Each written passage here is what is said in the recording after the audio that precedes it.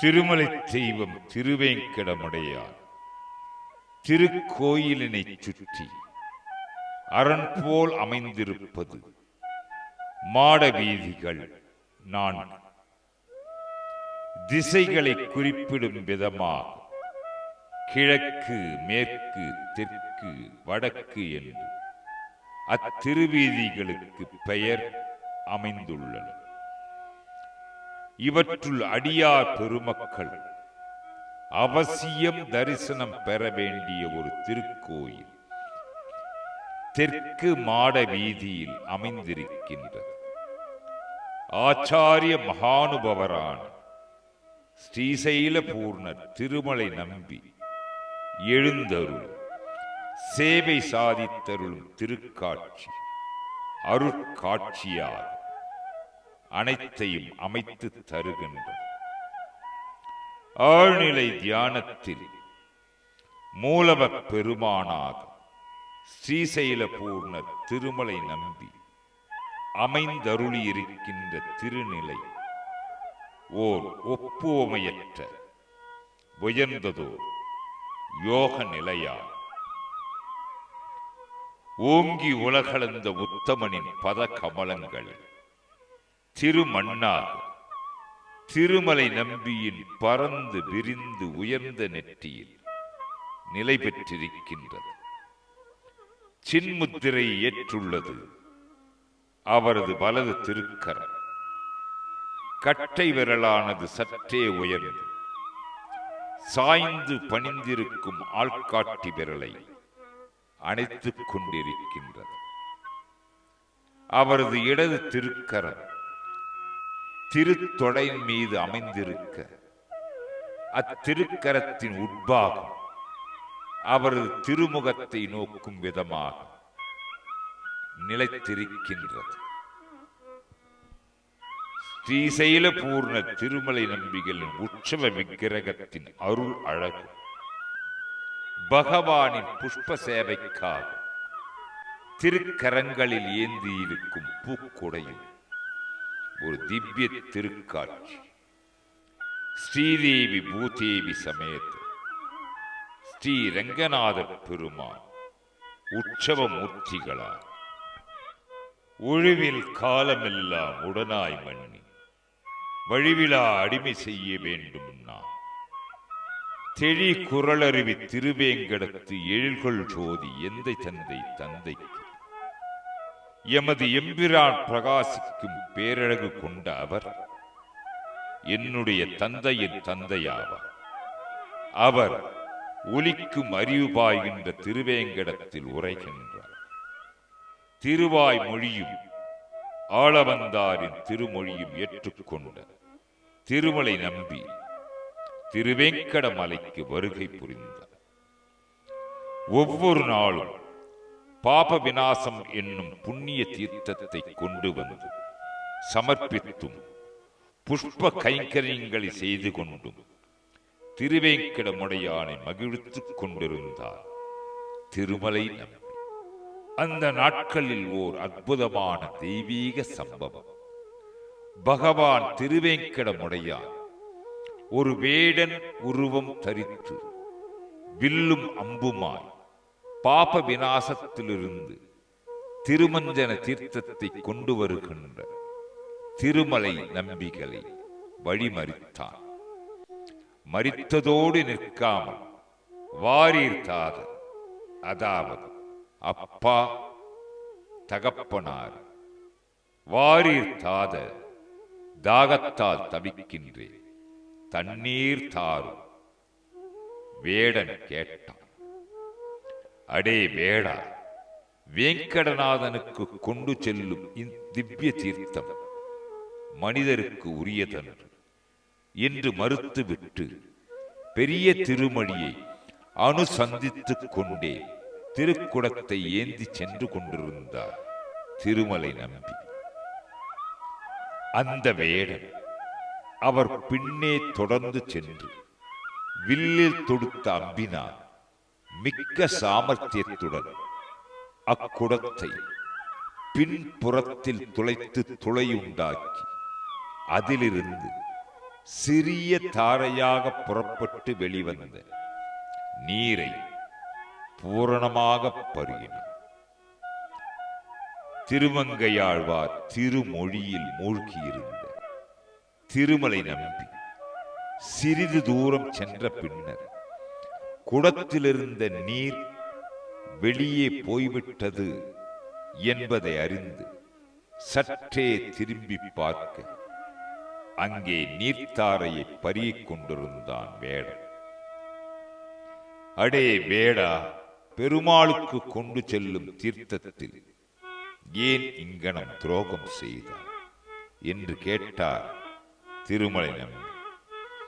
அதற்கு அந்த வேடன், ஓ அப்பா, நீர் வருந்த வேண்டாம், இங்கு அருகிலே திவ்யமான தீர்த்தத்தை காட்டுகிறேன், அதிலிருந்து பெருமாளுக்கு கொண்டு செல்லும் என்று கூறியதுடன் நிற்காமல் அவ்வேடன் தன் வில்லில் அம்பாக ஒரு திரும்பை ஏற்றி அங்குள்ளதொரு மலையுச்சியை துளைத்து அதன் கண் தைத்து கொண்ட அம்பை பற்றி இழுத்தான். அதிலிருந்து பெருகி மிகவும் வேகமாக பாய்ந்தது புனித நீர். ஓ அப்பா, இது ஆகாச கங்கை, இது பகவானுக்கு மிகவும் பிரியமானது ஆகும். இனிமே இதிலிருந்து நீங்கள் தீர்த்தம் கொண்டு செல்லலாம் என்று கூறினான் வேடன். அது மட்டுமின்றி தான் பகவான் என்பதை அறிவித்து மறைந்து விட்டான். திருவேங்கடமுடையானின் திருவிளையாடலை தரிசனம் செய்து ஆனந்தித்த திருமலை நம்பி அன்றிலிருந்து ஆகாச கங்கை தீர்த்தத்தையே பகவானுக்கு திருமஞ்சனம் செய்வித்து பகவத் தியானத்தில் ஆழ்ந்திருந்தார். திருமலை நம்பி உடையவர் எம்பெருமானுடைய அம்மான் ஆவர். திருமலை நம்பி செய்த சேவையை நினைவு கூறும் வகையில் திருமலை தெய்வம் திருவேங்கடமுடையான் அவர் மீது கொண்ட கருணையை சிறப்பிக்கும் வகையிலும் தண்ணீர் அமுது விழா திருமலையில் அத்தியன உற்சவத்தின் நினைவு நாளன்று டிசம்பர் ஜனவரி மாதத்தில் கொண்டாடப்படுகிறது. திருமலை நம்பி அவர்களின் வம்சாவழியினர் தொடர்ந்து திருமலையில் திருப்பதியில் வாழ்ந்து வருகிறார்கள். திருமலை கைங்கரிய குழுவில் திருமலை குமார தாத்தாச்சாரியர் குடும்பத்தைச் சேர்ந்த உறுப்பினர்கள் இடம்பெற்றுள்ளனர். அவர்கள் தோழப்பாச்சாரியர்கள் என்றும் பிரதம ஆச்சாரிய புருஷர்கள் என்றும் அழைக்கப்படுகின்றார்கள். புனித தொண்டுகளாக கருதப்படுகின்ற தீர்த்த கைங்கரியம், மந்திர புஷ்பம், வெள்ளிக்கிழமை அபிஷேகத்தின் போது புருஷ சூக்தத்தை ஒப்புவித்தல் ஆகியவற்றை அவர்கள் முறைப்படி செய்து வருகிறார்கள். தோழப்பாச்சாரியர்கள் முதல் மரியாதைக்கும் பெரும் பேற்றுக்கும் உரியவர். வேத பாராயணம், மந்திர புஷ்பம், ஆகாச கங்கை தீர்த்த கைங்கரியம் ஆகியவை ஒருங்கிணைந்த புனித தொண்டுகளை அவர்கள் செய்து வருகிறார்கள். பிரமனுக்கு தந்தையான திருவேங்கடமுடையானாலே அப்பா, அதாவது தாதா என்று கூப்பிட பெருகையாலே உலகத்திற்கு பாட்டனான பிரம்மனுக்கும் பாட்டனாராய், ஸ்ரீபாஷ்யக்காரருக்கு சிறந்த ஆச்சாரியராய், அவருக்கு வால்மீகியின் வாக்காகிற ஸ்ரீ ராமாயணத்தின் பொருளை உபதேசித்தவரான பெரிய திருமலை நம்பி, ஸ்ரீசைலபூர்ணர் திருமலை நம்பிக்கு பலகால் வணக்கம். பிரதம ஆச்சாரிய புருஷர், மகாபூர்ணர், மகானுபாவர், ஆச்சாரிய சிரோன்மணி ஸ்ரீசைலபூர்ணர் பெரிய திருமலை நம்பி அவருடைய நாமங்களை பக்தர்களுக்கு நலத்தை நல்கும்.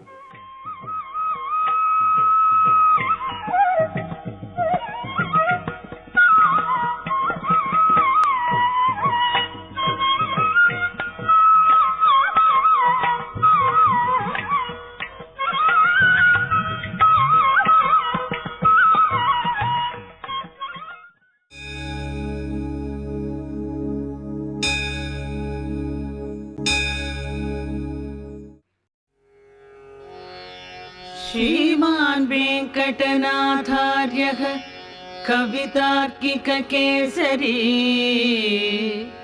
वेदान्ताचार्यवर्यो मे सन्निधत्तां सदा हृदि.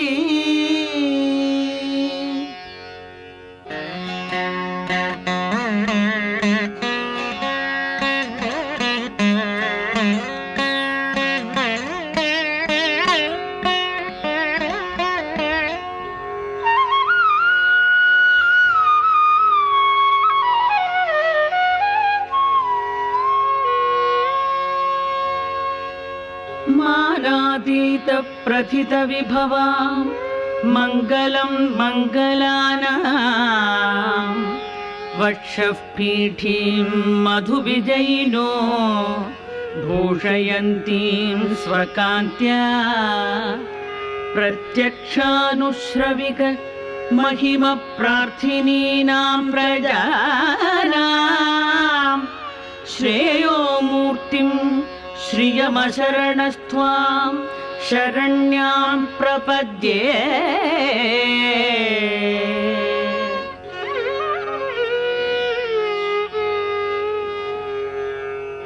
आविर्भावकलशजलदावद्वरे वापि यस्याः स्थानं यस्याः सरसिजवनं विष्णुवक्षस्थलं वा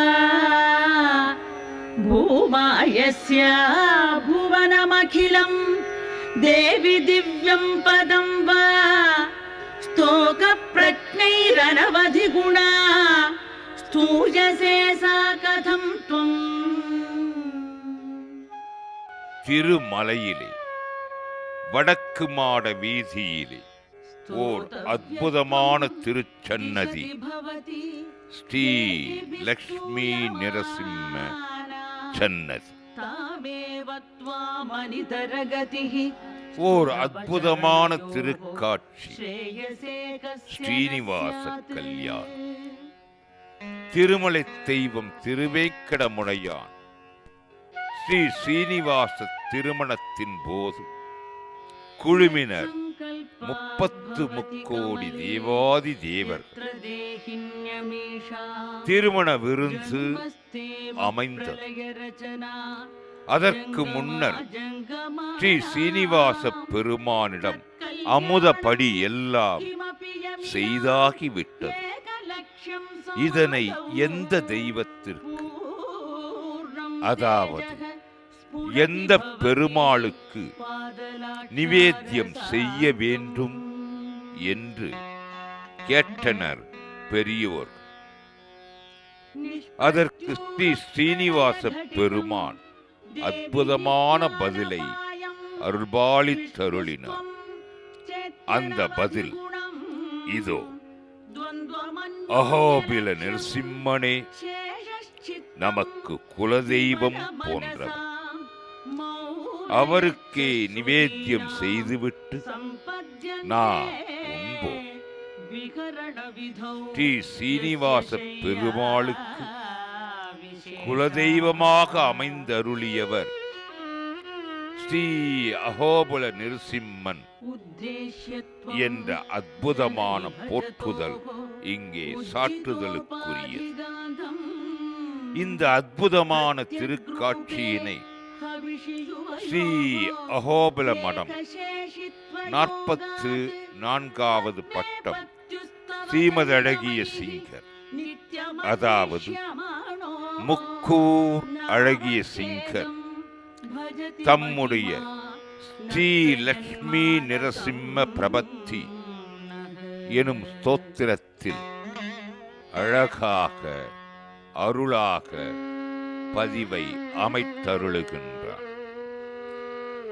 ஸ்ரீ வெங்கடேசன விவாக காலே சம்பூஜிதம் சர்வ விதோபசாரைஹி ஸ்ரீ சங்க சக்ராபய பாஹோதீப்தம் லக்ஷ்மீ நரசிம்மம் சரணம் பிரபத்யே.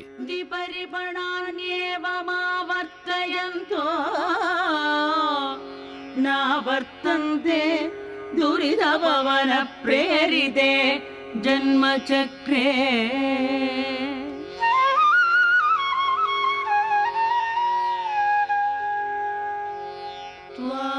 ஸ்ரீ லக்ஷ்மி நரசிம்மன் சன்னதி தற்போது வடக்கு மாட வீதியில் அமைந்துள்ளது.